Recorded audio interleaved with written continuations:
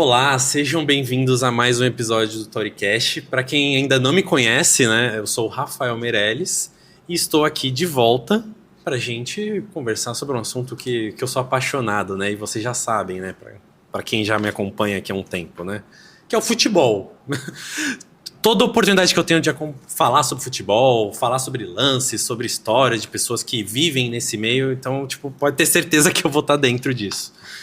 E antes de começar a apresentar o convidado de hoje e tudo mais, eu gostaria de fazer um agradecimento do nosso patrocinador, que é a Fitofórmula. Fitofórmula que, sem eles, a gente não ia ter o Tauricast, né? Então a gente tem que falar dele com toda certeza. Que a Fitofórmula trabalha com fórmulas da medicina chinesa, né? Então tem para tudo que você imaginar. Então, para melhorar a sua imunidade, né? Tem a linha também de skincare, caso você tenha interesse de produtos dessa linha. Então você pode conhecer acessando o QR Code que está aqui em cima, caso você esteja vendo do YouTube. Então você pode acessar o site fitoformulanatural.com.br para conhecer os produtos, tá? E caso queira falar com um prescritor, né, em relação a algumas fórmulas, você pode também acessar o QR Code que está aqui na minha tela, no cantinho, que é o Guia Natural Saúde, tá bom? Então você vai lá, procura por um médico prescritor mais próximo de onde você mora, certo? Agora vamos falar do nosso convidado, né? No episódio de hoje vamos falar sobre jornalismo esportivo e futebol e tudo que tá dentro desse mundo, né? Nosso convidado de hoje é o Lucas Leite, jornalista de 25 anos que construiu sua trajetória dentro do esporte, com passagem pela Portuguesa Santista, onde hoje atua como assessor de imprensa e designer. Lucas, seja muito bem-vindo ao Tauricast. Obrigado a quem nos assiste, um prazer falar com vocês, sempre bom falar de futebol. Opa! Não, é um assunto que eu sou apaixonado, né? Como eu falei, você trabalha na Portuguesa Santista, né? Gente, para quem lembra, eu trouxe aqui o Wellington, né? A gente bateu um papo, ele falou sobre futebol, sobre sua carreira, né? Como que foi esse processo e tudo mais. E agora vamos olhar para um outro lado, né? Da Portuguesa, do esporte de uma maneira geral, né? E Lucas, eu queria começar te perguntando como que surgiu tudo isso, né? Qual é a sua relação com o futebol? Teve influência de familiares? Foi uma coisa que você foi construindo com o tempo? Explica pra gente, por favor. Cara, é difícil falar que não teve influência de familiar, mas o engraçado é que quando eu era bem menino, assim, até uns 8 anos, eu não gostava de futebol, eu não ligava, eu gostava de natação, de Olimpíada. Mas aí as coisas foram acontecendo. De natação? Cara, eu fazia natação, eu não gostava de jogar bola, mas enfim. E aí, quando foi 2009, mais ou menos, eu fui começando a pegar gosto por futebol, aí veio a Copa de 2010, na verdade muito pela Copa de 2010, e aí em 2010 também veio aquele Santos de Neymar, Robinho e Ganso, e aí... Uma época abençoada, né? Não teve como desgostar de futebol. E aí desde então, cara, loucura o que eu gosto de futebol, cara. A Portuguesa Santista, por exemplo, começou uma história com meu avô, né? Meu avô é filho de portugueses, o meu bisavô ia no estádio com ele pequeno já, e aí foi minha mãe e minha tia, e aí agora eu e meu primo, já desde molequinho acompanhando a Portuguesa, desde a última divisão paulista até agora quase bater a primeira ali de novo, e então tem toda essa relação familiar, tem toda essa influência, não tinha como ser diferente. Ótimo. Olha, eu sempre falo, né, isso, que eu até brinco muito com essa situação, porque pra mim, quando a gente entra no jornalismo, né, principalmente o jornalista esportivo e tudo mais, né, todo mundo sabe que eu também sou jornalista, o cara que entra nessa carreira é porque ele não conseguiu jogar futebol. Tu concorda? Mas eu acho que tem um pouco assim, não me deram o talento, Deus não me deu o talento. Mas chegou algum momento que falou, vou tentar. Não, muito longe. Não, muito longe disso. Acho que o meu melhor mérito é saber que não tinha condição nenhuma. Não, mas assim, cara, é engraçado porque quando eu era mais novo, eu sempre fui bom, modéstia à parte, muito bom em matemática. Gostava muito de matemática, de número. Até hoje eu ando placa de carro, achando similaridade em matemática, enfim. Então, eu fiz um ano de engenharia de construção, desculpe. E aí, quando foi com 1 ano e 3 meses, eu nunca vou esquecer disso, cara. Eu fui num show do Henrique e Juliano, com a minha noiva, Cauli, e assim, eu sempre gostei muito de escrever também. Então, eu, apesar de ser muito bom em matemática, eu tinha um blogzinho que eu falava do Santos e tal, por hobby. E aí, eu fui nesse show do Henrique e Juliano, e acho que era 2018, e o Gabigol passou. E aí eu falei, o Gabigol tá ali. Aí a minha noiva, já pensou um dia você trabalhando com futebol? Aí deu um estalo. E aí passou um repórter da Globo, vai me fugir o nome agora, que na época tava na TV Tribuna. Eu acho que foi. Cara, porque assim, eu acho que de jornalista esportivo da Tribuna, da Globo, eu só lembro dele. É ele, isso. Né? E na época ele tava na TV Tribuna, acho ainda. E aí depois ele acabou indo pra Globo, acho que até foi cobrir o São Paulo. E ele passou, e aí eu falei, que é jornalista da Globo. Ela falou, já pensou você entrevistando jogadores do Santos e tal, não sei o quê. E aí deu um estalo. Cara, eu sei que esse show foi acho que sábado. Na quarta-feira eu já troquei de curso. Caraca. Já falei, é isso que eu quero, eu vou mudar. E eu tinha uma dúvida entre jornalismo e publicidade, mas aí fui no jornalismo, até por esse gosto do futebol. E aí as coisas foram acontecendo. Eu fiquei algum tempo, acho que uns 3 anos de estágio em assessoria de imprensa. Antes disso, eu fiz um estágio não remunerado na Portuguesa, Santista. Foi o primeiro estágio, a primeira oportunidade. Foi coisa de 2, 3 meses. Perdão, imagina. Esse estágio que você fez foi em quanto tempo de faculdade? Acho que eu tinha 1 ano de faculdade. Mas foi coisa ali durante o campeonato, 3 meses. Eu lembro que o primeiro dia de estágio foi o dia que teve o incêndio no Ninho do Urubu. Sei. Que acabou, que faleceram alguns meninos, né, da base do Flamengo. Foi o primeiro dia que eu tava na Portuguesa, durou uns 2, 3 meses, depois voltei pra assessoria de imprensa. Aí surgiu uma oportunidade de estagiar como repórter do Meu Peixão, que é um portal aqui de Santos. E aí, eu nunca quis, apesar de gostar de jornalismo esportivo, eu já tinha meio que na minha cabeça que eu gostava da parte de assessoria. Mas aí era o último ano da faculdade, eu falei, quer saber? Vou tentar. Aí, beleza, fiz 3 meses ali, depois surgiu uma proposta de emprego um pouco melhor e tal, como designer, que eu fiz vários cursos na pandemia, nessa área, no plano aqui da Santa Casa, aí eu fui. Beleza, e aí foi quando surgiu o primeiro freela para Portuguesa, aí já em 2022 foi o primeiro campeonato que eu tava junto, e aí desde então Portuguesa, com alguns outros trabalhos intercalando, conciliando, né? Hoje eu atuo como designer numa empresa do Rio de Janeiro, né? A FENG, uma agência voltada para o meio do futebol, de sócio-torcedor, mas já é o 4º ano de Portuguesa Santista, o 4º Paulistão A2. Caramba.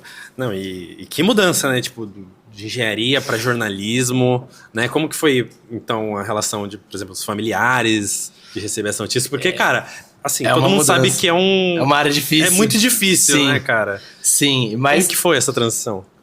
Cara, a maioria da família apoiou na hora, porque, é o que você gosta, é o que você curte. Já imaginavam, na verdade, que antes da engenharia talvez eu fosse optar por uma área desse tipo de comunicação. Eu gosto de falar, você vai ver bem aqui, que senão você me corta, senão eu não vou te deixar falar. Mas assim, a minha sogra brinca, o mundo perdeu um ótimo engenheiro, mas ganhou um ótimo jornalista.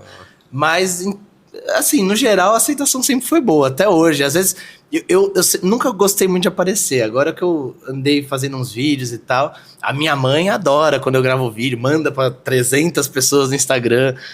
Mas... Provavelmente ela vai enviar também aqui a nossa conversa, não né? tenha dúvida. Foi o Instagram inteiro dela e mais um pouco. Muito obrigado pela divulgação. Mas assim, foi uma coisa meio que natural. Acho que todo mundo entendeu bem, até hoje. Entendem bem essa mudança. Legal. E como que é, por exemplo, trabalhar com isso? Você passa o dia a dia no clube? Como é que Hoje, como eu concilio com a minha atuação na FENG, não mais.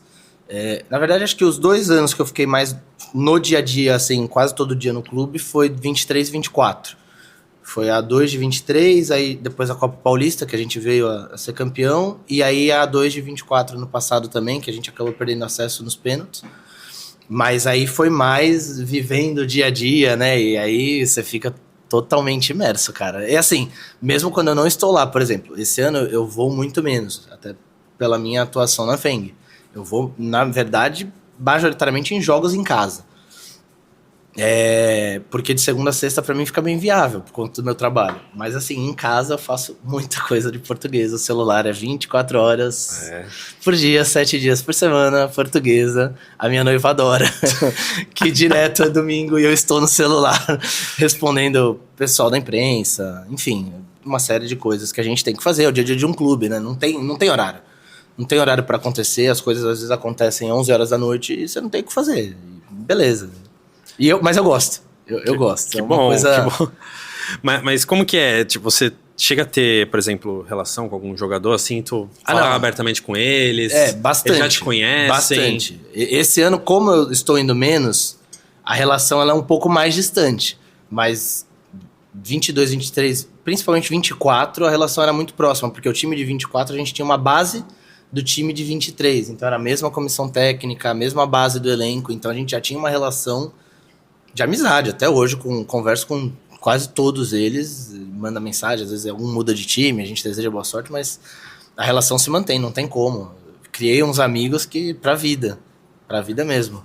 Pô, eu imagino que deve ser um clima muito legal, né, cara? Tipo, pô, você acompanha da TV é uma coisa, né? Você vê a galera assim, diferente. Agora viver os bastidores daquilo, né? Toda aquela preparação. Cara, eu imagino que deve ser bem E te bem passa louco. uma outra visão também. Às vezes a gente tá vendo algum jogo em casa agora e aí eu penso um pouquinho duas vezes antes de criticar, porque às vezes tem uma série de fatores que a gente não leva muito em consideração quando a gente tá no alambrado, porque eu particularmente, teve agora acho que um penúltimo jogo em casa, um rapaz passou pra mim e falou, TV Briosa, tá no melhor lugar do campo e tal. Aí eu ainda falei, olha, mas eu dava tudo pra estar aí do outro lado. Eu gosto, mas às vezes a gente acaba pesando a mão numa reclamação, numa crítica, e realmente tem alguma série de fatores que influenciam. Às vezes o cara sentiu a semana inteira e foi pro jogo no sacrifício, e aí o torcedor pode até falar, então pra que foi pro jogo? Mas é uma série de fatores, cara, que eu acabo pensando um pouquinho antes de criticar hoje em dia. Eu passo um pano de vez em quando agora.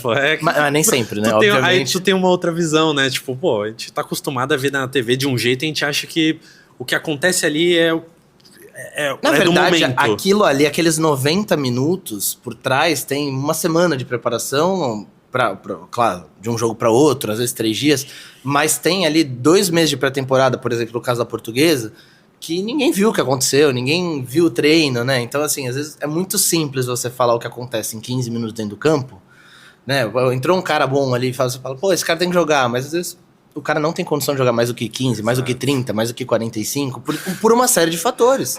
Às vezes o torcedor acha que sabe mais do que o treinador que tá lá com eles, né? Tipo, no treinamento, exatamente, os preparadores. E a convivência com os treinadores também traz isso, essa passada de pano pra gente de vez em quando. Eu, como torcedor do Santos, né? Eu falo, porque fulano não joga, cara. Sabe? Mas tipo, às vezes tem alguma série de fatores. Muita gente fala vou dar um exemplo aqui, do Miguelito, né? Mas muita gente fala da intensidade mesmo. Eu particularmente acho que é um jogador que às vezes desliga um pouco do jogo. Então é um ele cara... parece ser frágil, né? Em campo. E às vezes é um jogador que né? tecnicamente é bom e assim... Pro torcedor é muito simples. Ele olha e fala, não, o cara tecnicamente é bom. Mas não é só isso. Tem posicionamento, tem intensidade dentro do campo, o que o cara apresenta nos treinos, tem o extracampo que a gente tem que considerar, não tem como não considerar. Então, eu dei um exemplo do Miguelito, óbvio que eu acho que é um bom jogador, mas que eu vejo que no Santos tem tido algumas questões que não tem gerado ali com que ele faça o que se espera dele, talvez. Certo. Tem até mesmo o Gil, né? Que, assim, o Gil... no início da temporada, o Caixinha falou que não ia contar com ele, né, pra equipe, né, não contaria com ele durante o campeonato. E, assim, os santistas sabem que ele fez uma boa Série B ano passado, né. Então, rolou esse questionamento, mas por que não usa? É o quê? Ele não tem a mesma intensidade, né, não tem aquilo que o treinador busca dele, né. O Gil tem 38 para 39 ou 39 ele ia já. se aposentar, inclusive. E às vezes é um treinador que gosta de jogar com uma linha mais alta na marcação e talvez o cara não aguente esse ritmo, os 90 minutos, e aí pra você jogar com um zagueiro, tendo que trocá-lo, talvez não tô dizendo que é isso, tô tentando pensar com a cabeça do Caixinha, né? Mas é que realmente ele sabe algo que a gente não sabe, né? Ele vê algo que a gente não vê, mas às vezes eu acho até que que tem um salário alto, mas pelo que dizem, né? Mas é um jogador que eu acho que é bom pro elenco. É bom ter no elenco. É um cara experiente, é um cara campeão, é um cara vencedor. No próprio Santos, inclusive, né? Por mais que seja uma Série B, fez o seu papel. Exato. E acho que foi um dos melhores jogadores do Santos na Série B, na minha opinião. Eu concordo. Tranquilamente, com tranquilidade. Seguro, né? Exato. Eu acho que ele tem caldo pra Série A ainda. Talvez não no que o Caixinha pense. Aí é outra questão. Mas acho que é um cara importante pra você ter nessa reconstrução que o Santos diz estar fazendo, né? Exato. Inclusive o jogo que tivemos, né, com o Botafogo recentemente, a gente via a presença do Gil e do João Paulo, né, que são dois atletas que estão no banco hoje E eles estão lá na beira do campo o tempo inteiro, gritando com o time, falando pra fazer isso, aquilo. Então, assim, você vê a influência que eles têm ali, né? Então, assim, não são qualquer jogador, né? Não. Jogadores comuns. E muitas vezes isso acontece. Muitas vezes você tem no banco um cara experiente que é quase um auxiliar na beira do campo, porque o cara é envolvido, o cara tem conhecimento. O cara que tá ali, o Gil, 39 anos. Acho que 2 ou 3 brasileiros, não me recordo exatamente, acho que 2 pelo Corinthians. Cara, carreira dele, Cruzeiro, Corinthians, é só time top. O cara carrega uma experiência, o cara não é qualquer um. Definitivamente. São muitos poucos que fazem isso, de ficar 19 anos em atividade em time grande. Então, o cara ali na beira do gramado, ele tem conhecimento também, ele pode ajudar os mais novos. E eu acho que isso poderia ser muito importante pro Santos. Por isso eu acho que ter o Gil é importante, independente dele ser o titular ou não. Aí tem toda uma questão financeira também por trás, isso aí é mais do que só o campo. Né? O torcedor muitas vezes olha só o campo. Exatamente. Aí, falando ainda sobre aproveitando, né, esse gancho que falamos sobre o Santos e tudo mais, tem até uma dúvida aqui que você pode, eu acho que, responder melhor. Como que é a relação da Portuguesa com o Santos? Assim, porque eu particularmente não enxergo como uma rivalidade, né? Tem torcedores, eu acreditava, sendo bem sincero, que não. Mas tem torcedores que encaram como uma rivalidade. Entre os clubes, eu acho, pelo que eu conheço da diretoria, das duas diretorias, não há qualquer vestígio de rivalidade. Qualquer resquício. Há uma relação boa entre as diretorias e, assim, o que acontece é que são duas realidades totalmente diferentes, né, no momento. Apesar da Portuguesa ter batido na trave de subir para a elite do Paulista, e poderia estar junto ao Santos na elite do Paulista, o Santos hoje disputa uma Série A de Campeonato Brasileiro, a intenção é voltar a disputar Libertadores da América. É uma realidade hoje muito distante ainda da Portuguesa, mas a relação é boa. Agora, tem alguns torcedores que rivalizam, né? Eu particularmente não gosto, não vejo sentido. Né? Eu já falei aqui pra você antes, a gente tava gravando, o meu coração bate mais forte pela Portuguesa do que pelo Santos, mas eu torço pelos dois, e eu quero o bem dos dois, eu quero os dois grandes, e como torcedor da cidade de Santos, eu gostaria até do Jabaquara, mais próximo também, ainda uma realidade ainda mais distante, né? Sim. Mas eu vejo assim, eu particularmente não sou fã dessa rivalidade que existe pra alguns, e eu já vi muito torcedor do Santos que realmente não gosta da Portuguesa. E eu não vejo o porquê, assim, do torcedor da Portuguesa não gostar do Santos e nem do Santos não gostar da Portuguesa. Parece que parte daquele princípio de só porque é da cidade tem que ser super rivais, né? Por exemplo, assim, na visão de alguns torcedores, no caso. E assim, o que passa de vez em quando é que o Santos é o time da cidade, né? É o time que ficou mundialmente conhecido por causa do Pelé. A cidade ficou muito conhecida por causa do Santos. Também é verdade. Né? E por causa do Porto, por causa do café, enfim. Toda essa relação histórica. Mas eu tenho uma opinião meio polêmica. Opa, manda. Eu acho que a Portuguesa é o time da cidade. Porque a Portuguesa, ela faz uma coisa que o Santos não faz. Ela agora talvez até faça com o Neymar de volta. Mas ela traz pro estádio o corintiano, o São Paulino, o palmeirense, o flamenguista, o botafoguense, pra torcer pela Portuguesa. O cara não tá ali só pra ver o jogo, ele tá ali pra torcer pela Portuguesa. E a gente vê no tom dos comentários, às vezes, nas redes sociais. Então, eu tenho esse sentimento de que o time da cidade realmente é a Portuguesa. Apesar de eu ser santista. Não estou dizendo, veja bem, que a Portuguesa é maior que o Santos, que o Jabaquara é maior que o Santos. Não é isso. Mas eu acho que a Portuguesa enfrenta uma rejeição na cidade menor do que o Santos. Porque o Santos tem o corintiano que não gosta do Santos. É normal. Gente. O meu sogro é corintiano. E apesar de ser corintiano, a grande rivalidade dele não é o Palmeiras. Por ele ser de Santos, é o Santos. É bem comum aqui na região. É natural, isso, né? Porque aqui tem mais santista. Então, o rival daqui, ele rivaliza com o Santos porque é daqui. Mas, então assim, eu particularmente não gosto dessa rivalidade entre os dois, porque eu acho que são co-irmãos. Por mais que alguém que eu não goste do que eu vou falar. Mas eu acho que os times da cidade têm que se apoiar, os três.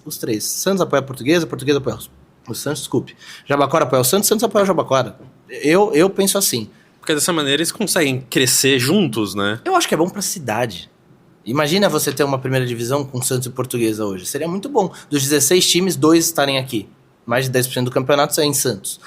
Se fosse o Jabaquara um dia também, 3 times de Santos. Eu acho muito legal. Eu acho bom mesmo pra cidade. Eu acho que isso não é bom só pro clube. é ótimo pro clube, é maravilhoso pro clube, né? Até porque hoje em dia a cota do Campeonato Paulista da primeira divisão ela é muito alta para a realidade dos clubes, digamos assim, não gosto de falar menores, mas mais tradicionais, né? Mas, que estão em divisões abaixo, inferiores, né? Enfim, é uma realidade totalmente diferente. Então hoje, por exemplo, o Velo Clube subiu para a primeira divisão paulista. Se ele ficar, ano que vem ele já tem uma realidade completamente diferente do que ele tinha há 5 anos atrás. Então eu acho que é importante para todo mundo que os clubes da cidade estejam bem. Eu vejo dessa forma. Que a Portuguesa consiga um dia ter uma arena para 20 mil pessoas, disputar um campeonato brasileiro, que seja da Série B, da Série A. Pô, é o meu sonho. Se depender de mim, eu quero ver a Portuguesa no Mundial, em Tóquio, na Arábia. O Jabaquara também bem. Então, assim, eu acho que é bom para a cidade. Até para a economia da cidade também, como um todo, é muito bom. Exatamente. Não, um ponto muito interessante isso que você trouxe, viu? Porque a gente costuma tanto falar sobre a questão da rivalidade, né? Ainda mais por se tratar de clubes da mesma região, né? Mas é realmente, pelo bem da cidade, pelo bem de todos, né? Também dos clubes, exato. É fazer essa união. Não, e até não só da região. Eu brinco. Como torcedor, você quer que o seu rival acabe, né? Você quer que ele vá, pô, pelo amor de Deus. Mas o Campeonato Paulista ele é feito porque tem grandes clubes dele, né? Tem 4 grandes, né? Do Brasil e muitos outros grandes, né? A gente tem a Portuguesa de Esportes, que tem uma baita de uma história, Ponte Preta, Guarani, enfim, tem clubes muito grandes no Paulista. Isso faz com que hoje seja o estadual mais disparado, mais bem organizado, financeiramente e organização. A Federação Paulista, a verdade é que dá de 10-0 na CBF. Sim. 10 com alguma tranquilidade. Concordo. A Federação Paulista conseguir transmitir a 4ª e a 5ª divisão do Campeonato Paulista e a CBF não conseguir transmitir a Série D do Brasileiro faz a gente pensar um pouquinho em quem que é mais organizado. Com certeza. No mínimo.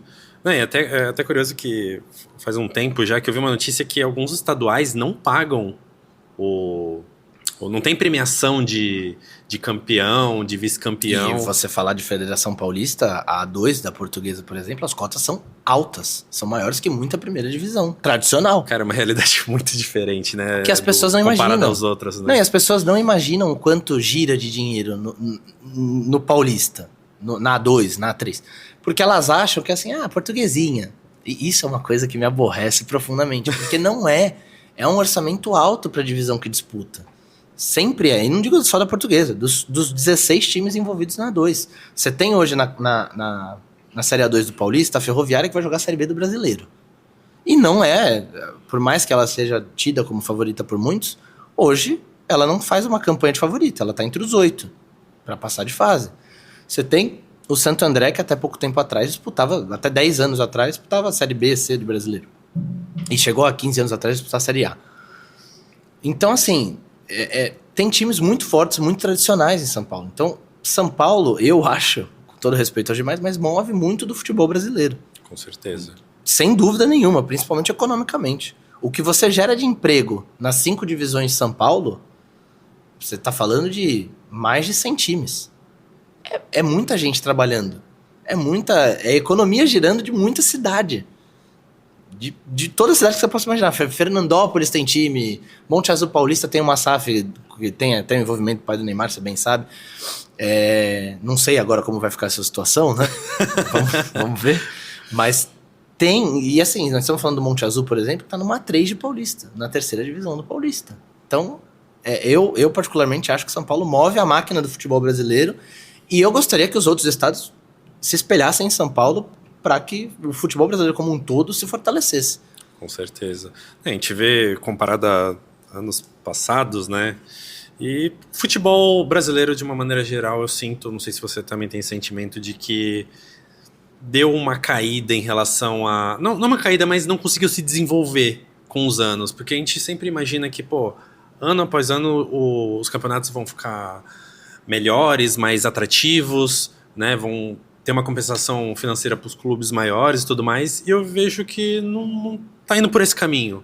Tá uma coisa mais estagnada, tá caminhando muito mais devagar do que deveria, e eu sinto que falta uma melhora pro futebol brasileiro. Eu particularmente, minha opinião é a seguinte, eu acho que tem crescido, né, natural, eles reajustam sempre, né, como a inflação também reajusta. Com certeza. Mas eles reajustam os valores de cota de brasileiro, Copa do Brasil, até a própria Libertadores.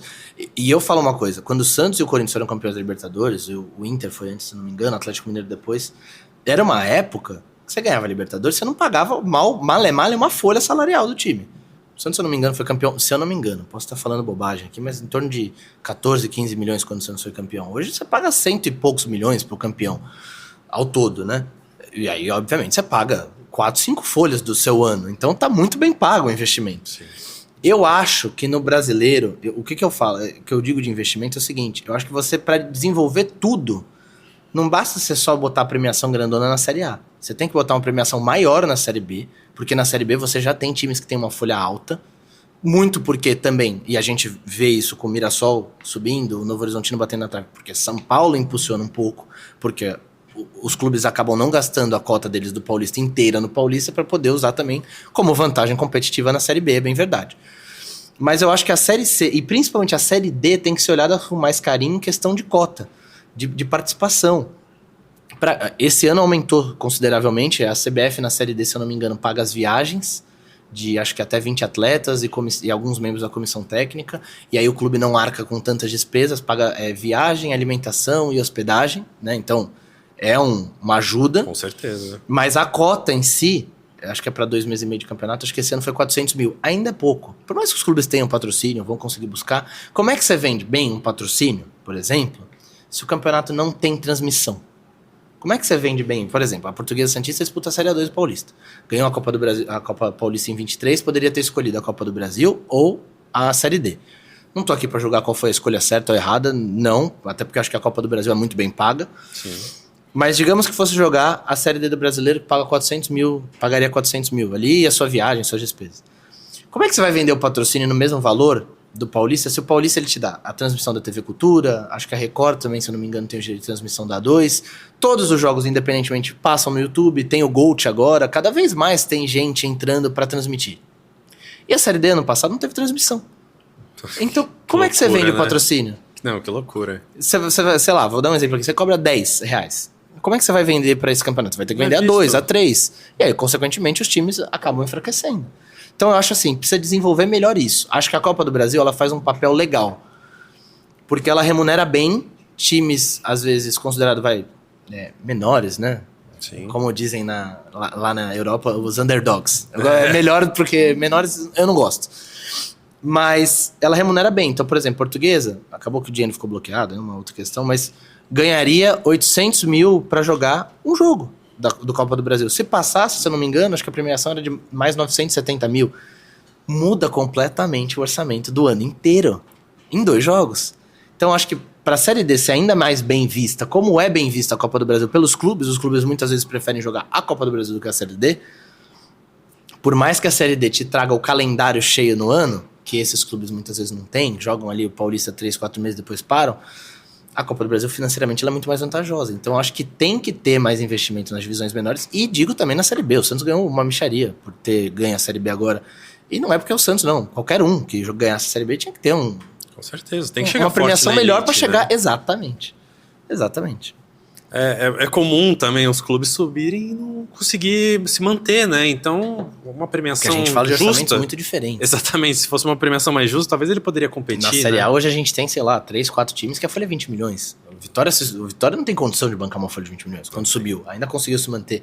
Mas digo assim, é um exemplo de um time que subiu e não caiu. Vitória, Juventude.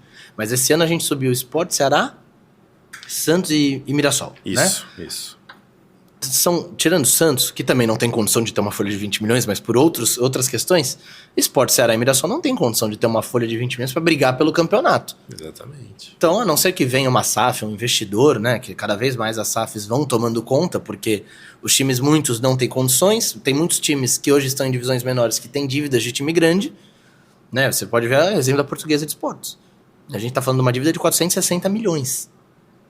Que a SAF que comprou espera que com 250 quite. Por quê? Vai fazer acordo e tudo mais. Mas é uma dívida de Santos. O Santos acho que a dívida beira 600 milhões. Exato, exatamente. E hoje a Portuguesa disputa a Série A do Paulista e a Série D do Brasileiro. O Santos, estamos falando de Série A do Brasileiro e Paulista e Copa do Brasil. Então, é uma diferença muito gritante E que assim, se a Portuguesa, digamos, não sobe na Série D sem a SAF, ela tá muito provavelmente fadada a voltar para as divisões menores do estadual também. Então, é uma tendência de vir SAF. A Portuguesa, eu acho que por ser um time tradicional, carrega também essa história, esse peso, então vem um investimento maior.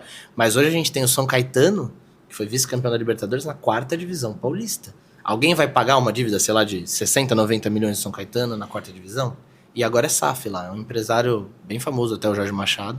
Mas eu tô dando um exemplo, tem vários times lá embaixo, em questão de divisão, que tem uma dívida alta. Então acho que a tendência é que a SAF venha mesmo... Eu acho que tem muito a ser estudado ainda, mas a tendência é que cada vez mais a gente veja SAFs por aí. Que bom que você tocou nesse assunto, porque era um dos tópicos aqui que eu planejava perguntar para você saber sua opinião e tudo mais. Mas já que entramos nesse tema, a SAF, você acha que falta ainda estudos, comprovações de que funciona? Você acha que os clubes têm de estar receosos de assinar nesse novo modelo de SAF? Ou você acha que o clube que precisa mudar a realidade, ele precisa se tornar SAF? Sim e não. Eu acho que, por exemplo, quando a gente fala de Palmeiras, Flamengo, são clubes que provadamente tiveram gestões que tornaram o clube autossuficiente, sem SAF. Né?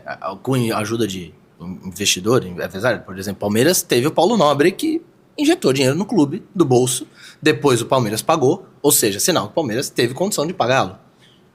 Ah, teve a Leila. Não, mas a Leila, ela é uma patrocinadora, ela botou no clube como patrocinadora. Então, assim, eu acho que esses clubes se tornaram autossuficientes. Acho que o Corinthians tem condição de se tornar autossuficiente. A gente, quando fala de time grande, a gente fala de times com milhões de torcedores, que vende muita camisa, que tem como vender muito sócio. Por exemplo, o Santos, a gente tá falando do Santos, com a explosão do Neymar, não sei quando o programa for ao ar. No momento que a gente grava, o Santos tem 72 mil sócios, acho. Agora vai tinha 45 mil, né? Quando foi cogitado o Neymar. Já muda a realidade financeira do clube de alguma forma. Obviamente não torna o clube autossustentável, mas vieram novos patrocinadores. Então, ajuda. Mas é uma operação arriscada financeiramente para alguns, porque você tem que pagar o Neymar. E se der errado, você tem a conta para pagar. Mas se der certo, ajudou muito o clube num retorno de Série B, né? Que eu acho que o Santos até então era tido como um dos candidatos a brigar lá embaixo, ou pelo menos não arrumar muita coisa. Acho que com ele eleva um pouco o patamar, óbvio. Não tem como, é um jogador extra classe. Eu acho que esses clubes, eles têm condições de se tornarem autossuficientes. Basta ter gestão. E a gente não vê isso, né? Por exemplo, o Santos é um exemplo de, sei lá, nos últimos, antes agora da atual gestão, não vou citar porque tá no meio do mandato. Não dá pra falar se é uma gestão temerária, se é uma gestão boa. Acho que cumpriu os objetivos dentro de campo até agora. Aparentemente o orçamento de 2024 vai ser aprovado, ok, até por uma Série B. Mas aí agora começa a aprovação, porque agora tá do tamanho do Santos, agora tá na Série A. Agora não tem a desculpa de, estamos num déficit de, sei lá, 60 milhões, mas porque estamos na Série A. Não tem desculpa. Mas o Santos vinha de 10, 12 anos muito maltratado fora de campo em questão de gestão. E não à toa chegou na Série B. O Santos fez pra merecer a Série B. Dói pro torcedor falar isso, mas foi o Rueda. Tudo bem, mas elegeram o Rueda. Exatamente. Então o Santos fez pra merecer por muitos anos. O Rueda, o Modesto, José Carlos Pérez, na gestão antiga, durante 3 anos o Santos quase caiu, né? Então, só que da última vez caiu de fato. Exato, né? Aí no último ano ele conseguiu a proeza que tanto tentou. E a gente fala de, por exemplo, o Cruzeiro foi um clube que sofreu com dolo, com gestão dolosa. Um presidente acusado de desvio de dinheiro do clube, diretor acusado de desvio de dinheiro do clube, isso é no Fantástico, todo mundo viu. Então acho que esses clubes, eles têm condição de se tornarem autossuficientes, basta tirar essa doença, digamos assim, que é essa gestão temerária, essa gestão dolosa aos clubes. Para os menores, eu acho que é um salto. Tem clube que tem dívida menor, que tem condição de se tornar autossuficiente sem precisar virar SAF, sem precisar ter investimento externo. Mas acho que para alguns é um salto que talvez empurre para o patamar para ele se estabelecer num patamar maior. Então eu vejo assim, a gente vê hoje na A2 tem muita SAF já. A gente eu posso esquecer alguma de cabeça, mas a gente tem Ferroviária, Prudente, Primavera de Indaiatuba. Eu vou esquecer alguma de cabeça, com certeza. Tem mais, tá? Tem mais. Aqui tá me furioso. Acho que São Bento se tornou SAF também recentemente. Tá vendendo a SAF, não virou ainda, mas tá vendendo. A Portuguesa Santista fez um movimento para futuramente vender, né? Primeiro tem toda uma questão de mudança estatutária, como é o Santos, para futuramente vender, talvez a estudar, né? Às vezes você não precisa vender 90%, você não precisa vender o controle. Você pode vender para o investidor ali, ter uma ação, né, de um clube que está cada vez mais subindo degraus. Já é um negócio lucrativo. Mas eu acho que, assim, para muitos clubes vai ser a salvação. Para Botafogo, Cruzeiro e Vasco foi a salvação, né? Apesar do Vasco ainda não ter alcançado um patamar que é o do seu tamanho, Botafogo e Cruzeiro foi a salvação. É que a gente tem um contraste. Pelo menos momentaneamente, parece. Exatamente, porque o Botafogo, sinal de que muitos torcedores começaram a falar, não, o Botafogo é o exemplo de que nosso clube tem que virar SAF. Exato. Tá vendo o que eles estão conquistando agora? Então, tipo, foi argumento. Que nunca conquistaram, essa é a verdade. Nunca ganharam a Libertadores. Exatamente. Aí você vê, por exemplo, o Vasco. O Vasco teve um problema com por isso que eu acho que é sempre é ideal você estar sabendo quem estava colocando dinheiro. Por exemplo, o caso do Bahia. Acho que não tem nem o que pensar. Veio o Grupo City. Acho que nenhum torcedor do Brasil ia falar, não quero Grupo City. Eu particularmente, tenho essa visão. O Bahia é um time que tem torcida, né? Que tem história. Acho que, se não me engano, 2 campeonatos brasileiros na história. Sim. O primeiro é do Bahia, de 1959. E o primeiro também da nova geração, se não me engano, é 71 também, por aí. Então, assim, é um clube que tem camisa, torcida, tá na Série A, já estava bem organizado, apesar de ter vindo da Série B, né? Foi uma queda ali que aconteceu, mas eu acho que já vinha se organizando bem, fazendo campanhas boas, e agora tem tudo para dar um salto e não voltar mais, essa é a verdade. Ao que depender do Grupo City, não volta mais. Com certeza. Então, eu acho que para muitos... Então, estão se falando aí, né? Os árabes comprarem o Santos, a gente tá falando até de pessoal que tem 10 vezes o poder de compra do Grupo City, né? Exato. E que usa o sports washing, né? Para quem não sabe, o sports washing é um meio de injetar dinheiro no esporte, né? Nesse caso no futebol, para lavar a imagem que o país em si tem, né? Por violação de direitos humanos, enfim, é outra questão. Dizem que muito dessas transações para a Arábia é por conta disso. Exato. Né? Até acho que a própria Copa do Mundo é por conta disso, como foi no Catar também, né? E teve todo o problema de questão de direitos humanos nas próprias obras, na construção de estádios para a Copa do Catar. Então, isso. Mas eu acho que hoje, o torcedor do Santos, se viesse a Arábia Saudita comprar o Santos, o PIF, né, que estão falando, eu acho que o torcedor não diria não, porque sabe que é uma oportunidade do clube realmente alçar voos maiores. E o torcedor super machucado, não aguentando mais o time lutando para não cair. Você casa ali... A fome com a vontade de comer, digamos assim. O torcedor tá realmente na fome de título, né? Você vê a comoção que o Neymar gerou, né? E aí eu acho... muito se comparou de Romário, Ronaldo, a volta pro Brasil desses caras com o Neymar. Eu acho que o Romário voltou melhor do mundo. Acho que aí não tem nem discussão de tamanho da volta. Mas, e o Ronaldo também voltou pro Corinthians depois da Série B, né? O Suárez eu não cito porque não voltou, ele veio pro Brasil. Exato. Mas é um exemplo também. Mas eu acho que, assim, o torcedor do Santos, ele... parecia que ele não tinha luz no fim do túnel. E aí o Neymar volta. Então gera uma comoção que eu acho que ela pode ser maior do que esses casos que talvez sejam realmente historicamente maiores do que o retorno do Neymar em si. O Ronaldinho no Flamengo, o Ronaldo no Corinthians, o Romário no Flamengo. Mas eu acho que essa comoção que gerou, por tudo que o Santista viveu, ela é compreensível. E aí você vem um fundo de investimento e fala, vou jorrar dinheiro aqui, vou trazer, sei lá... Tô dando exemplo, tá? É porque tá desempregado. Mas Pogba, Sérgio Ramos, que seja. Anima, né? O torcedor não vai pensar 2 vezes. Como o torcedor do Newcastle, eu acredito que tá muito satisfeito lá com o investimento que tá sendo feito, que é o time de um patamar vindo de uma Championship, né? Segunda divisão da Inglaterra, pra brigar por Premier League, participar de Champions. É surreal. Então, acho que o torcedor do Santos no final pode ter uma minoria, e compreensivelmente, que fale, pô, não gostaria desse dinheiro sujo aqui, digamos assim. Mas, no geral, quando der resultado esportivo, se acontecer, né? O que a gente tá falando é tudo uma hipótese. Mas aí acho que o torcedor não vai pensar 2 vezes. Vai ter uma resistência ali, né? Geralmente da natural. parte mais, né? A pessoa mais tradicional ali, né? Geralmente as torcidas organizadas tem a questão contra, né? Eu vi até uma nota recente da torcida jovem dizendo que história não se vende, né? Eu acho que tem muita coisa aí. É uma questão muito complexa para você falar, a história não se vende. Não necessariamente porque você vai virar SAF, a camisa do Santos vai virar verde. O escudo dando um exemplo. Mudar, né? O escudo vai virar um quadrado. Não quer dizer. Isso tudo você atrela à proposta de compra, ao contrato. Pô, não é porque virou SAF que o cara vai pegar a Vila e transformar, sei lá, num catatreco. Não é isso, cara. Eu acho que assim, tem situações que você pode manter a história do clube e atrelar o investimento. Porque, sendo bem sincero, acho que não é do interesse de ninguém que quer comprar o Santos mudar a marca do Santos. Porque a marca do Santos é a marca do Santos. Que é forte o suficiente. Exato. Né? É diferente do Bragantino. O Bragantino foi uma mudança que sabia-se que ia mudar tudo. Mas a gente pegou o Bragantino vindo da Série C e hoje o Bragantino chegou a disputar Libertadores. Brigou para não cair ano passado, é verdade. Não vem bem no Paulista até aqui onde a gente tá falando. Mas alçou o time a um patamar que ele não parecia ver. Parecia ver muito distante. E o Bragantino, no primeiro ano de Red Bull, já subiu campeão da Série B. Ele pode sonhar por um momento, né? E acho que ainda pode. Acho que ainda pode. Porque é uma gestão... É diferente. Aposta nos jovens para vender, é verdade. Mas aposta em jovens, mas querendo montar time forte. Porque sabe que se o time estiver bem, os jogadores são valorizados. Isso é óbvio. E acho que cada vez mais os clubes grandes também têm que pensar nisso. Acho que o jogador de base, ele é um custo muito mais baixo do que você trazer uma grande joia, né?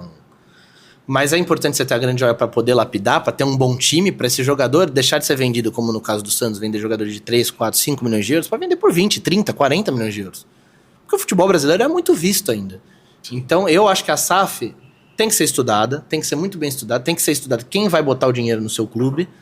Mas eu acho que se você fizer da maneira correta, você eleva o patamar do seu clube.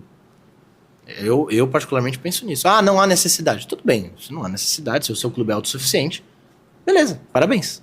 Não é o caso da maioria. A grande, absoluta maioria do Brasil tem clubes mal geridos, com muitas dívidas e que precisam de um investimento. Essa é a verdade.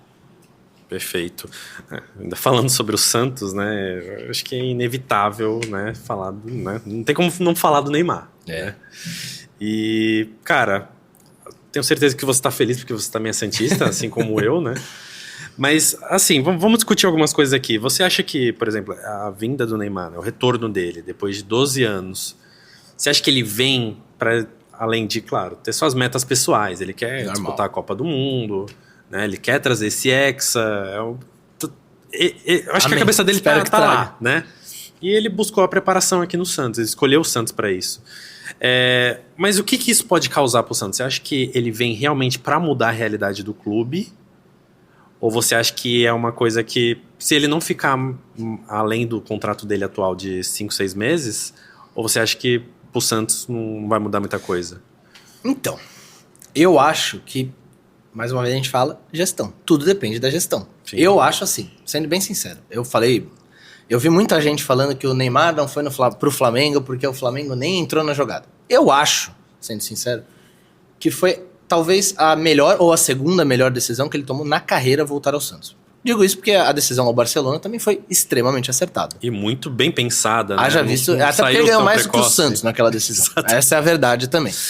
Mas eu acho que foi muito bem pensado. Ele jogou, para mim, naquele melhor time do mundo na época. Por mais que tenha ganho só uma Champions, né, que parece pouco, mas é um absurdo, né? O Barcelona também conviveu com gestões temerárias. Sim. Essa é a verdade, nesse período. E aí depois ele foi pro PSG. Julgar que é acertado ou não, hoje é muito fácil falar, porque não foi o que a gente esperava. Né? Ele conviveu com muitas lesões também, é verdade, mas ele teve um auge no PSG muito importante. Se ele ganha aquela Champions contra o Bayern, eu acho que ele era o grande favorito à Bola de Ouro naquele ano. Eu acho que naquele ano ele foi o Bola de Ouro, eu acho. Eu tô contigo nessa, com certeza. E ele mesmo já falou abertamente que o prime dele, né, o auge da carreira dele foi no PSG. Eu também acho. E ele sentiu que era o momento que ele poderia fazer isso. Exato, né? E eu acho assim, a decisão do Al Hilal, muitos podem julgar como errado, porque aconteceu dele ter uma lesão de ligamento cruzado, que é a pior que um atleta pode ter praticamente, e não corresponder dentro de campo. Mas tem ponto de vista financeiro, talvez também tenha sido muito acertada. Se a gente falou já, o Neymar vai comprar o Santos, talvez muito disso venha por conta dessa questão da Arábia Saudita. Mas eu acho que a decisão emocional e tudo que gera em volta é a mais acertada. Porque é o momento que ele precisa mostrar que ele ainda é o Neymar, essa é a verdade, que ele ainda é o cara da seleção, porque hoje a gente tem o Bola de Ouro, o The Best. The Best, na seleção brasileira, o Bola de Ouro é o Rodri. Mas tem Injustamente, inclusive, assim, pelo menos na minha opinião. Também acho. Mas tudo bem. Temos o melhor jogador do mundo, na minha opinião, por clubes. Sim. Na seleção, acho que não consegue corresponder ainda na seleção ao que se espera dele. E aí a gente tem um cara ali que talvez possa potencializar o Vini Júnior na seleção, potencializar outros atletas pra ser o cara. Ele é o cara da seleção brasileira. Eu acho que ninguém tem dúvida de que ele estando talvez 50% dele, ele ainda seja o melhor jogador da seleção brasileira. Então acho que isso é importante pra ele. Eu acho que pro Santos, se fosse um mês, tinha que fechar. Porque eu acho que pro Santos, só o que movimentou em questão midiática, financeira, o Santos lotou a Vila Belmiro vendendo ingresso pra receber o Neymar de volta. O plano de sócio mais caro esgotou em questão de... O plano de sócio esgotou em questão de 1 dia, 2 dias. Eu não consegui mudar o meu. Foi o tempo de olhar pras contas, pensar se eu vou mudar e... Não, e fora aquilo que você falou, né? Só da ideia de trazer o Neymar já subiu o sócio pra caramba. Hoje o Santos, ontem, desculpe, a gente tá gravando em fevereiro, né? Mas o Santos anunciou a Havan como nova patrocinadora, a Luve na numeração da camisa e mais uma. E a volta da Viva Sorte na parte de trás da camisa. Eu duvido que a Viva Sorte esteja pagando menos do que ela estava pagando. Eu acho que a Havan é um contrato de 1 ano, até o final do ano, então independente da saída do Neymar, a Havan vai pagar até o final do ano o Santos. E a luva é bem no número, né? É muito, muito estratégico, porque a gente sabe que a camisa 10 vai rodar muito. Com certeza. Então, assim, eu acho que essas 3 marcas que vieram, ela já tá pago o investimento. Essa é a verdade. E assim, a Luve já se falou que é $1 milhão. O Santos vendia aquela propriedade por R$500 mil. A gente tá falando de... Valorizou muito a camisa, 12 vezes né? mais. É lógico, não tem como, porque, assim, quanto você gastaria pra patrocinar, sei lá, o Guilherme dos Santos? X. Quanto você gastaria pra patrocinar o Neymar? 1000x. Quanto você gastaria pra patrocinar o Santos? Talvez 100x. É um bom negócio. Porque o Neymar tá usando a camisa do Santos. O valor que falar ali, eles vão aceitar. Exato.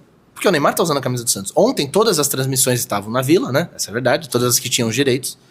O Neymar apareceu com a camisa do Santos na Cazé, na TNT, na Record, na HBO, em tudo.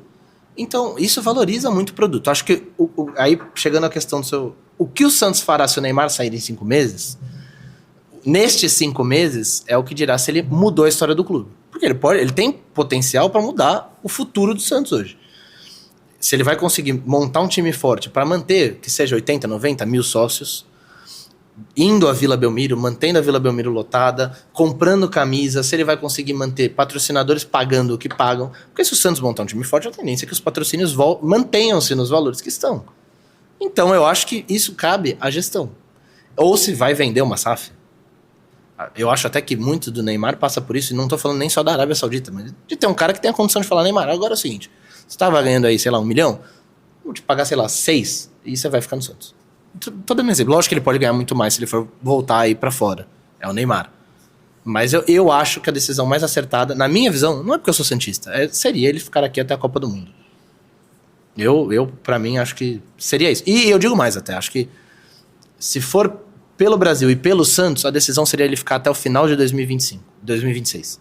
E talvez depois parar até. Dependendo do que acontecer. Você já pensou? Digamos que o Santos monte um time forte esse ano, vá pra Libertadores ano que vem. O Neymar sair no meio do ano também é ruim pro Santos. Mais uma vez. Mas assim, obviamente, tê-lo é sempre bom. Digamos que o Brasil vá muito bem na Copa. Sei lá, um raio caia, um Neymar caia e o Brasil ganha a Copa. Ele termina o ano no Santos e, sei lá, ganha uma Libertadores ou chega numa semifinal. Se ele para a carreira ali, cara, eu acho que vai ser o mais auge que ele poderia parar. Não sei. É uma suposição que eu tenho de que eu acho que ele deveria ficar até o final do ano que vem. E aí depois, se ele quiser ir para os Estados Unidos, voltar para a Arábia, ir para o Catar, ganhar dinheiro onde ele quiser, ele vai. Ou para no Santos. Eu tenho essa opinião formada para mim. Porque acho que... E eu já falava isso. Ele voltar para o Flamengo seria mais normal. Flamengo, Palmeiras, são times mais fortes, tem condição de pagar melhor. Pensar na questão competitiva, com certeza seria esses nomes. Né? Apesar de eu achar que ele seria muito mais cobrado do que no Santos. É verdade. Mas eu acho que, racionalmente, ele mesmo falou isso, seria mais normal.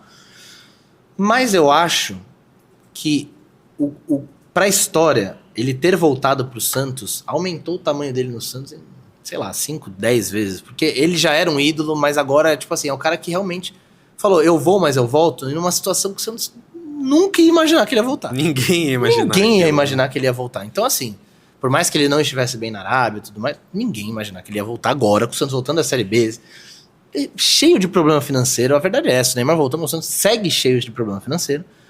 E ele voltou. Então acho que pro torcedor isso vai ficar muito marcado. Sim. Mais do que se ele voltasse pro Flamengo. Que antes...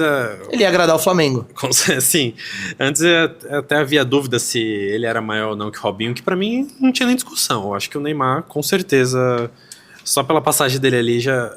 Eu acho que superou hoje a do Robinho. É muito fácil de falar porque envolve uma questão extracampo com a pessoa que, né, vai pro debate, né? Mas assim, em campo, vamos falar em campo. Os dois foram muito importantes por diversos motivos. O primeiro, o Robinho tirou o time de uma fila de brasileiro, junto com Elano, Diego, enfim, Léo, um time absurdo, time histórico, mas que naquela época eram meninos, então é bom citar isso. E contra o maior rival, né? Assim, pra ficar melhor pro Santista ali, só se em vez de ter tirado o Grêmio na semi, tirasse o Palmeiras. Porque o Santos tirou... O Santos passou em 8º, tirou o São Paulo, favorito, tirou o Grêmio e na final tirou o Corinthians, que é um grande rival. Então, pra muito Santista, aquele é o maior título da história do Santos. Como eu acho que se o Santos tivesse ganho a Copa do Brasil em 2015, porque o Santos eliminou o Corinthians nas 8º, Figueirense nas 4º, São Paulo na semi, poderia ter tirado o Palmeiras na final. Talvez fosse um dos grandes títulos da história do Santos por ter tirado os 3 rivais num torneio nacional. E o Neymar tirou o time da fila da Libertadores. Não ganhava desde o Pelé. Ele alcançou algo que o Robinho não conseguiu em 2003.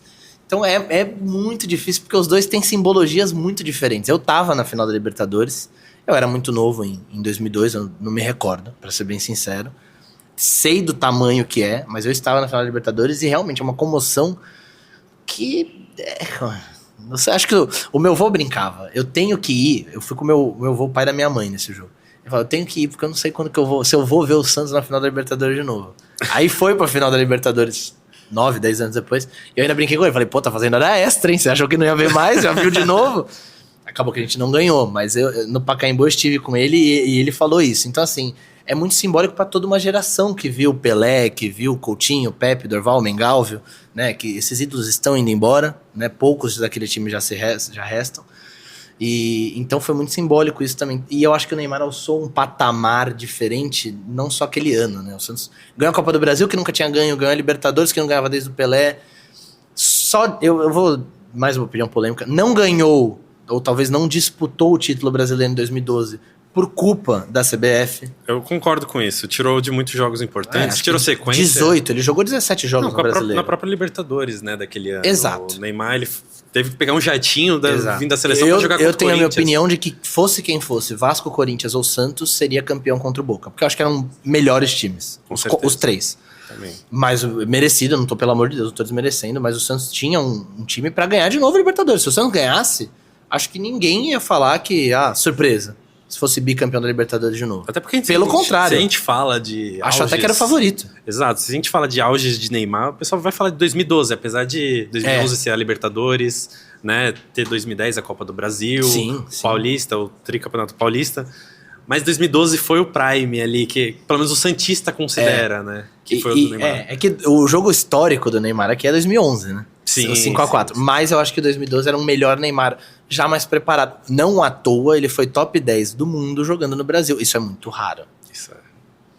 Não, esse dado na época, né? 2012, eu tinha 14 anos. Cara, eu fiquei maluco. Isso. Eu fiquei maluco. Eu falei, porque a Europa não olha pra cá. Exato, não tinha isso. Tem o eurocentrismo. E assim, então isso foi muito grande. A atenção que ele chamava aqui era absurdo. E acho que agora de novo, né? E tem tudo. Não vai ser o Neymar de 2012, a gente sabe. 13 anos passaram. Mas tem tudo pra ser um Neymar tão grande também. Tão grande quanto. O mundo inteiro tava olhando pra Vila ontem. E um jogo que, vamos combinar, Santos e Botafogo de Ribeirão Preto, 3 pontos na tabela valia. Por mais que o Santos não tenha conseguido os 3 pontos, era o que valia o jogo. Não era uma final, não era um mata-mata. E criou-se um clima de decisão. A Vila, os arredores, parecia a final da Copa do Brasil de 2015. Até pior, acho. É aquela vista aérea que a gente vê o ônibus chegando, a torcida não deixa o ônibus passar e fala, o ônibus não vai entrar no estádio. Não, e era gente... Eu vi gente ali que não ia entrar no jogo. Eu encontrei... Mas que setor que você vai? Não consegui ingresso. Vou ver aqui. Era festa de qualquer jeito. Exato. Né? Não, e é muito louco, né? E entra também naquela questão que a gente falou anteriormente, da valorização dos clubes menores, assim, né? Sim. Então, por exemplo... quando que o mundo ia parar pra ver um jogo do Santos e Botafogo? Não. De Ribeirão Preto. Não ia ter. Ainda mais no momento que o Santos estava, Exato. E é toda aquela discussão da importância do Campeonato Paulista, por exemplo, né? Que é muito torcedor que fala que acha que não é necessário. Mas os clubes precisam daquilo, né? Principalmente os menores. Eu vi outro dia não, uns meses atrás, uma declaração de um ex-jogador do Inter, do Corinthians, que falou que os estaduais tinham que acabar. Mas como eu gostaria de voltar no tempo e lembrar esse jogador que ele passou pelo Primavera, pelo Guarani, no estadual se destacou e foi pro Inter. Se não fosse estadual, ele não tinha. Talvez não tivesse alcançado o que conquistou. Não digo não tinha, porque era um grande jogador, então poderia. Não vou citar nome, porque não tem nada a ver, mas. Então, eu acho que o estadual não tem que acabar. Eu acho que o estadual ainda é um celeiro de revelação de atletas.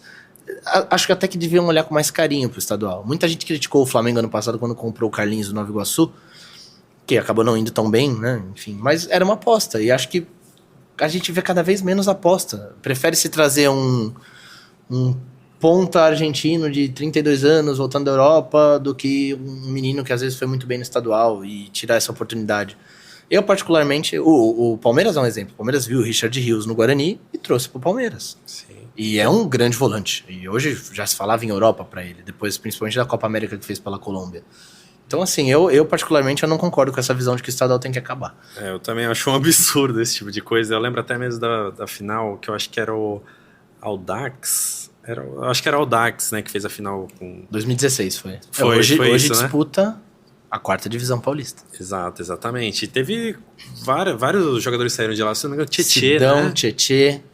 Jogadores que foram jogar a Série A do Brasileirão. Yuri, exatamente. O Ítalo, dele, né? atacante. É Yurian, né? Yurian também veio pro Santos. O Ítalo, atacante, chegou aí pro... Não sei se ele foi direto pro São Paulo, mas ele jogou no São Paulo, jogou no Bragantino há muito tempo. Então foram jogadores que foram alçados. Olha a visibilidade, pelo... né, lógico. de um campeonato como esse. Você pode falar pra mim, mas o Yuri não foi o jogador que o Santos esperava. Tá bom, tudo bem, mas foi um cara que depois estabeleceu carreira, disputou, agora tava ultimamente no Mirassol. Assim, virou um jogador de Série A, Série B. Sim. Pô, ele era um jogador do Audax. Mudou a realidade da carreira dele. Até acho que o... E o técnico era o Diniz. Esqueci acho disso, o que né? melhor virou foi o Diniz, né? Talvez ele chegou Diniz na seleção brasileira. Então, pois é. Entendeu? Mas teve, o Diniz hoje ele já fala que ele teve em Santos, Fluminense, Cruzeiro, Vasco. E eu acho que dos 12 grandes. Mas dos 12 grandes que a gente diz, né? E cabe em qualquer um outro, né? São 4 grandes já. Muita gente contesta, mas queira não queira. E São Paulo. Esqueceu, né? 5, pelo amor de Deus. Que ele quase foi campeão brasileiro. Mas, então assim, foram pessoas que se destacaram jogando estadual. Muita gente fala, mas eu acho que o estadual, os grandes deveriam entrar no final. Engraçado. Mas e se o grande não chegar no final? Porque a final ano passado não foi Palmeiras e Corinthians, nem Palmeiras e São Paulo. Aliás, ano passado ano retrasado, foi Palmeiras e Água Santa, se eu não me engano. Foi isso mesmo, Palmeiras e Água Santa. E a semifinal ano passado foi Palmeiras e Novo Horizontino, Santos e Bragantino. Imagina que legal se tivesse os 4 entrado nas quartas de final só. Não, pô, tem que jogar, cara. O Água Santa, que inclusive 3 jogadores dele, né? Tipo, teve o... Foram pro Santos. Luan Dias, Bruno Mezenga e o lateral, Gabriel Inocêncio. Foram jogar na Série A, logo depois do campeonato. E depois saíram, mas acho que o Bruno Mezenga acho que tá no Náutico. Não teve... O Luan tá, acho que no Água Santa de novo, mas o Inocêncio também tava em, acho que Juventude ou Vitória. Isso, não teve um sucesso como esperavam, né? Mas, cara, chegaram no profissional e puderam alçaram mostrar seu patamar. o futebol de alguma maneira. Exato, e isso foi graças ao estadual. Não foi porque o Água Santa subiu pra Série B do Brasileiro, não. Até porque ainda não está. Mas foi pelo estadual. Mas Eu acho até que se assiste mais estadual pra trazer jogadores ainda do que Campeonato Brasileiro. Eu tenho essa opinião polêmica. Eu acho que um jogador que tá rendendo numa A2, às vezes, ou num Paulistão, ele é mais visto por talvez um time de Série C, Série B, do que propriamente o cara que tá jogando a Série D do Brasileiro. Minha opinião. Até porque, como eu te falei antes, não tem transmissão. Então é muito mais difícil de você olhar. Exatamente. Então... E, Lucas, você é apaixonado por clubes, né, como pode dizer, de divisões mais baixas do... Alternativos, perfeito. Eu tava querendo achar Eu adoro, cara. Eu, no meu tempo livre... Bom, eu trabalho na Portuguesa, então eu acabo assistindo muito A2. Mas no meu tempo livre eu assisto muito A3, assisto demais Jabaquara na A4. Eu gosto. Cara, mas por quê? Por que isso? O que difere? Eu acho assim... Você é santista também, né? Sim. Mas você tem um coração que bate mais forte pela Portuguesa, como você mesmo falou. E por que isso acontece? Eu acho assim... um do outro? Com todo o investimento que se tem no futebol, acho que cada vez mais se afasta um pouco do torcedor. Eu acho, minha opinião. Posso estar falando bobagem. Mas, por exemplo, o Neymar ele voltou como um príncipe, né, e tal, e foi toda essa comoção e tal. Mas por quê? Porque a gente sabe que é um cara que, agora, ele tá ali. A gente tá vendo ele no campo, ele tá ali. Mas tá muito distante da gente. A gente não... Agora, no caso dele, o Santos até tá botando bastante bastidor, Santos TV e tal. Mas você fica distante do dia a dia, você fica distante da pessoa. No clube menor, digamos assim, no clube alternativo, eu acho que por ser, às vezes, com torcidas menores, eu acho que o jogador acaba se identificando mais. O próprio jogador mesmo. Por mais que às vezes as passagens sejam muito mais curtas. E a comoção quando algo grande acontece é muito maior. Na minha visão. Não obviamente, em número, mas em sentimento. Então, por exemplo, eu gosto do futebol raiz. Eu gosto do estádio Eurico Mursa. Eu prefiro ir ao Eurico Mursa do que ir, sei lá, ao Allianz Parque, por exemplo. Eu prefiro, porque eu gosto daquele estádio que você tá no alambrado ali, que você tá a uma mão do cara. Literalmente. E que às vezes você brinca com o cara te responde, conversa. E eu acho assim, eu vi isso quando a gente foi na Portuguesa. Quando a Portuguesa foi campeã da Copa Paulista, o primeiro jogo foi aqui, o segundo foi em São José dos Campos. E eu acho assim, quando o Santos é campeão, sei lá, de um campeonato paulista, vou botar ali, talvez ali, estadual, né, pra ser mais ou menos a mesma prateleira. É uma comoção muito grande, a torcida festeja, torcedor no Brasil inteiro, torcedor até no mundo inteiro, porque tem muitos santistas que moram na Europa, que moram nos Estados Unidos. E, pô, numericamente é muito maior. Muita gente mais falando disso. Mas eu acho que a emoção do torcedor da Portuguesa Santista, naquele dia particularmente, ela foi... É difícil medir emoção, mas maior. Não sei se é porque... Cara, é um futebol que você vive mais. O torcedor da Portuguesa, por exemplo, a maioria conhecia o técnico, a maioria conhecia os jogadores, falava com os jogadores, conversava, trocava ideia. É uma aproximação muito maior. Por exemplo, às vezes, aqueles 1000 torcedores fiéis que vão todo jogo, eles têm uma relação muito mais próxima daquele time. Então, eu acho que é por isso, tá? E eu acho que muitas vezes a grande mídia, obviamente de forma compreensiva, porque é dinheiro girando também, esquece disso, esquece esses times menores. E eu acho assim, futebol é história. É feito de histórias. Então, pra mim, é uma história muito mais legal, sendo bem sincero, o Novo Horizontino ter chegado na semifinal do Paulista do que o Santos tá na Série B e ter chegado na semifinal do Paulista. Porque o Santos ainda é o Santos, mesmo na Série B. Ainda é o Santos. E mesmo o Novo Horizontino também está na Série B. Mas quantas vezes o Novo Horizontino chegou naquela semifinal de Paulista? Então, para aquela cidade significou muito. Muitas vezes os times alternativos movimentam a cidade. E para aquela população representa demais. Então, eu gosto mais disso. Eu acho que isso me atrai mais do que o time grande, do que o Flamengo, do que o Palmeiras, o Santos, muito distante. Né? Por mais que a gente brinque que a Vila é muito próxima, né? Não digo de distância física, mas a distância... emocional, talvez, sentimental. Então eu acho que é isso que me traz. A comoção, por exemplo, quando a gente foi campeão lá em São José, pelo menos a minha família, foi meus 2 avós, a minha tia, meus 2 primos, um amigo do meu primo, minha noiva. Eles foram tudo pra São José. Tudo bem que eu tava envolvido, né, de alguma forma, né, por menor que seja a minha participação.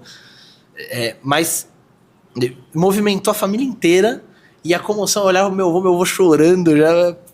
pô, cara. É diferente. Não tem preço que pague essas coisas. Eu particularmente acho. Eu no meu Instagram, se você abrir meu Instagram aqui, óbvio, hoje o algoritmo só fala de Neymar, mas você vai ver que eu sigo um monte de perfil que só fala de time menor e é o que acho que cada vez mais a gente precisa. Acho que a internet ajuda nisso também, a mídia segmentada ajuda demais nisso.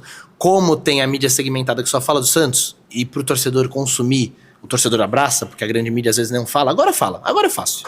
A verdade é essa. Agora que o Neymar tá aí, é muito fácil falar do Santos. Sim. Ano passado você falava ali 10 minutos do Corinthians, 20 do Flamengo, 10 do Palmeiras, 8 do São Paulo. O Santos jogou na Série B, não teve uma boa apresentação, 2 minutos, pronto, acabou, vamos puxar pro intervalo, valeu. E aí o torcedor acaba se identificando mais com a mídia segmentada do time dele, do Santos, no caso. Você tem vários exemplos de portais que fazem um excelente trabalho, às vezes muito melhor do que o da grande mídia. O furo, inclusive, do Neymar, da vinda do Neymar, foi dado por uma mídia segmentada do Santos, que é o Diário do Peixe. E isso acaba aproximando o torcedor dessa mídia segmentada. E acho que, como esses times alternativos não têm muita cobertura, essas mídias segmentadas ganham espaço. E aí, Vou citar algumas delas que eu acompanho. Escanteio SP, Última Divisão, o próprio Corneta Caipira, que aí só fala de São Paulo. Eu acompanho, muito bom. Cara, e o Escanteio SP também, eles só falam de São Paulo e das divisões inferiores, eles não falam da primeira. Às vezes acabam citando, né, por algum jogador, algum time que tava recentemente, mas... E os caras são muito bons, e vão em jogos, acompanham, você vê que os caras sabem o que estão falando. E é isso que eu acho que acaba trazendo o torcedor pra perto. Porque o torcedor é meio carente, essa é a verdade. E eu falo isso porque na assessoria de imprensa portuguesa, a gente acaba vendo isso. O torcedor é carente porque nem todo veículo dá espaço. Aqui a gente tem uma parceria muito legal, muito boa com veículos da região. A gente chegou a fazer jogo da Copa Paulista, semifinal de Copa Paulista, que a TV Tribuna deu um espaço absurdo pra gente. Inclusive era semana de Santos e Palmeiras. E eles deram um espaço até maior pra gente no programa, porque a gente ia jogar uma semifinal de Copa Paulista, do que pro Santos e Palmeiras. Que era um jogo importantíssimo, porque o Santos precisava ganhar, porque brigava pra não cair. E a mídia da região abraça muito. Então acho que isso também ajuda o torcedor da cidade a abraçar a Portuguesa daquela forma que eu te falei, de não ter rejeição.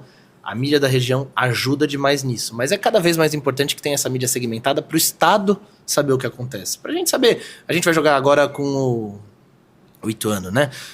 O Ituano ainda tem uma cobertura maior, mas vamos falar, sei lá, quarta que vem contra o Grêmio Prudente. É cada vez mais legal a gente acompanhar as mídias que falam, a CBN Prudente, que fala do Grêmio Prudente, e outras mídias que falam, pra gente saber também como é que tá o outro lado. Porque se não vem o outro lado aqui, a gente nem sabe mais ou menos quem tá. Porque ninguém fala. E não é por culpa do torcedor, é porque ninguém fala. Então eu acho que cada vez mais, eu particularmente me apaixono por isso. Pela comoção que geram os times alternativos, pela mídia segmentada que cada vez mais cobre esses times alternativos, e é isso. Não, muito bacana isso, cara. E, assim, sobre o assunto, né, uma coisa que me incomoda, tem um discurso que me incomoda bastante, principalmente nessa época em que o Santos estava na Série B, né, que há um desprezo pro lado do clube como o Santos jogar uma Série B, sim, né, e abre espaço para aquela discussão, tipo, seria menos feio o Santos subir sem ser campeão, para não manchar a história. Meu, é assim, é um discurso muito... Dá pra discutir o dia inteiro. Muito louco, né? Que a galera, infelizmente, solta. Eu não acho. E, pô... Eu acho que tinha que ser campeão, mas... Tem que ser campeão, com certeza. Em tudo. Imagina você se dedicar pra disputar um torneio, né? Independente de qual for, e o teu objetivo principal não é ser campeão daquilo. Perde o sentido, né? O esporte não é isso. Não é isso. Futebol não é isso. Definitivamente não é isso. Um perde, um outro ganha. Exato. E a ideia é que o meu seja sempre o que ganha. Exato. Óbvio que nem sempre vai dar, mas... E com um clube alternativo não tem essa. Todo título é importante, todo campeonato é importante ser jogado. Lógico. Eu, particularmente, o que eu gosto mais de acompanhar divisões de acesso, eu me encanto mais pela comoção que gera, às vezes, um acesso do que por um título. O Palmeiras foi campeão brasileiro. Legal. O Velo Clube subiu ano passado para a primeira divisão paulista depois de 45 anos. Desde 79 o Velo Clube não subia. Não jogava. Foi a única vez que eu tinha jogado a primeira divisão. A comoção que aquilo ali gerou em Rio Claro é um absurdo.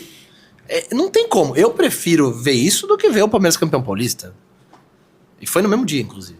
Na verdade, o Velo subiu no sábado, o Palmeiras foi campeão no domingo. Mas, por exemplo, se a Portuguesa tivesse subido, a Portuguesa subiria depois de 20 anos para a primeira divisão. Se o Santos foi campeão paulista, legal, beleza, tudo certo. Mas, pô, a Portuguesa voltou pra primeira divisão, meu. É muito grande isso. E a gente, às vezes, não dá, talvez, a grandeza que merece. Exato. E o Velo que fez história, né? Ganhou do Santos. A primeira vez que ganha de um dos 4 grandes. Mas essa discussão que você falou do título, tem que ser campeão. Como time da divisão de acesso... Por que não, né? Os 16 entram falando que querem subir. Às vezes, a realidade te dá um baque de você não brigar. Até porque... Todo mundo quer subir, mas 2 tem que cair. E aí, talvez, né, a situação se desenrole de outra forma. Mas no início, se você perguntar para os 16 times, o que você quer fazer no campeonato? Eu quero subir. Pô. Ninguém vai falar, tá bom aqui. Não quero beber daquela água melhor. Não existe isso. Pô, mas é muito louco, né? Essas coisas que envolvem o futebol, principalmente das divisões mais inferiores, que, assim... O brasileiro, ele não tem informação sobre isso, né? Então é muito, muito difícil. Agora, Lucas, para encerrar aqui, você tem algum projeto de algum sonho que você queira realizar ainda na sua profissão? Alguma meta clara, assim? Tem alguma para indicar pra gente? Cara, não sei, é curioso isso.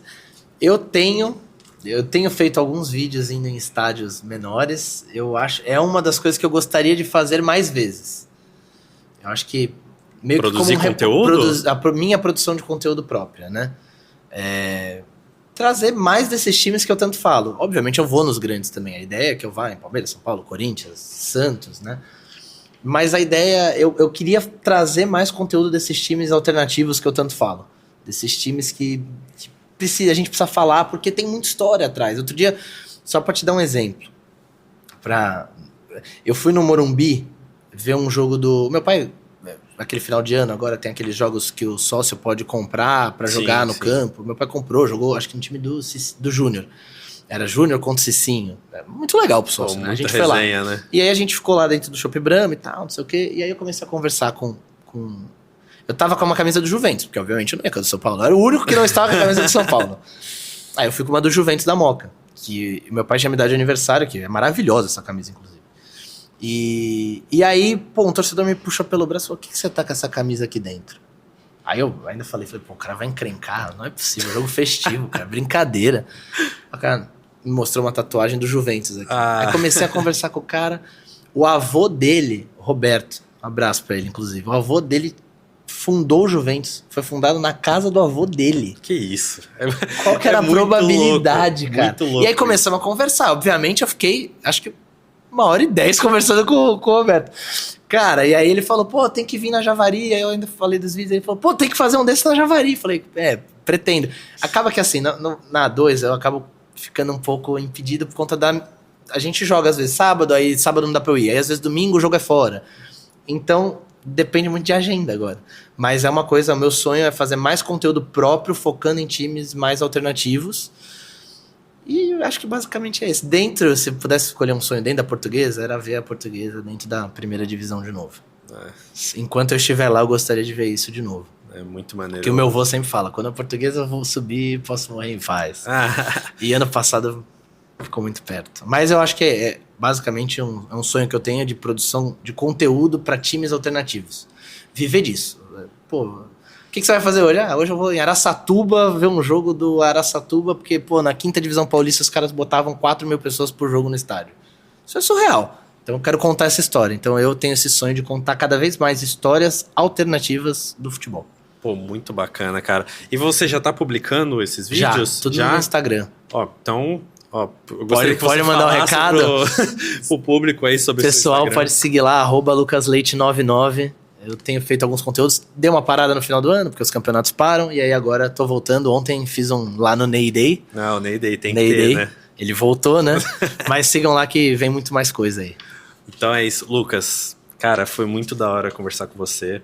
Obrigado. Meu, assunto que eu gosto muito, né? O futebol pra mim. Eu ficaria aqui o dia inteiro, cara. Pô, eu também. Eu ficaria. Mas, ó, já fica um convite para uma próxima oportunidade, tá? Que a gente vem, fala sobre os assuntos, né?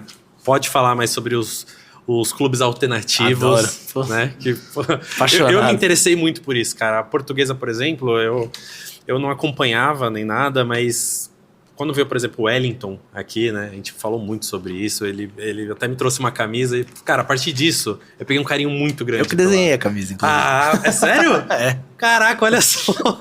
Meu, muito bacana mesmo. Aí a partir disso eu falei, pô, agora eu tenho que torcer. Não tem como. Não tem como fugir disso. Não tem como, cara. E esses clubes, na verdade, eles precisam de espaço pra ter novos torcedores. Essa é a verdade. Pra trazer mais torcida pro estádio, pra que vendam camisa, pra sobreviverem também, né? Sim. E, pô, é muito show isso, cara. E eu vou aprender mais, inclusive vou assistir seus vídeos, né? Falou que vai ter, então vamos lá, vamos cobrar. Pode ir lá. Tá? Então, Lucas, muito obrigado, viu, pela sua presença. Obrigado você, Rafa, cara. Pô, cara, sensacional mesmo. Sem palavras, mais do que eu já falei aqui, porque, olha, ficou sensacional esse episódio. Foi um prazer falar com vocês todos aí, falar de futebol, cara. Sem brincadeira, eu ficava aqui 4 horas falando. É que futebol é uma coisa que a gente fala mesmo. Pô, não falta tema. Tem 5 divisões paulistas, 4 de brasileiro, dá pra falar de futebol europeu, dá pra falar de tudo, cara. É maravilhoso. Esse esporte é lindo, né? Mas obrigado pela oportunidade, cara. Então é isso. Pessoal, muito obrigado por assistir hoje aqui o nosso episódio, né? Novamente, segue o Lucas, né? O Instagram dele apareceu no início do vídeo, mas também vamos deixar na descrição do YouTube, tá bom? É Fitofórmula, né, nossa patrocinadora oficial, Espaço Taori e Marketing Taori também, que é a nossa agência, tá bom? Fique à vontade para seguir, e é isso, e até a próxima. Tchau, tchau.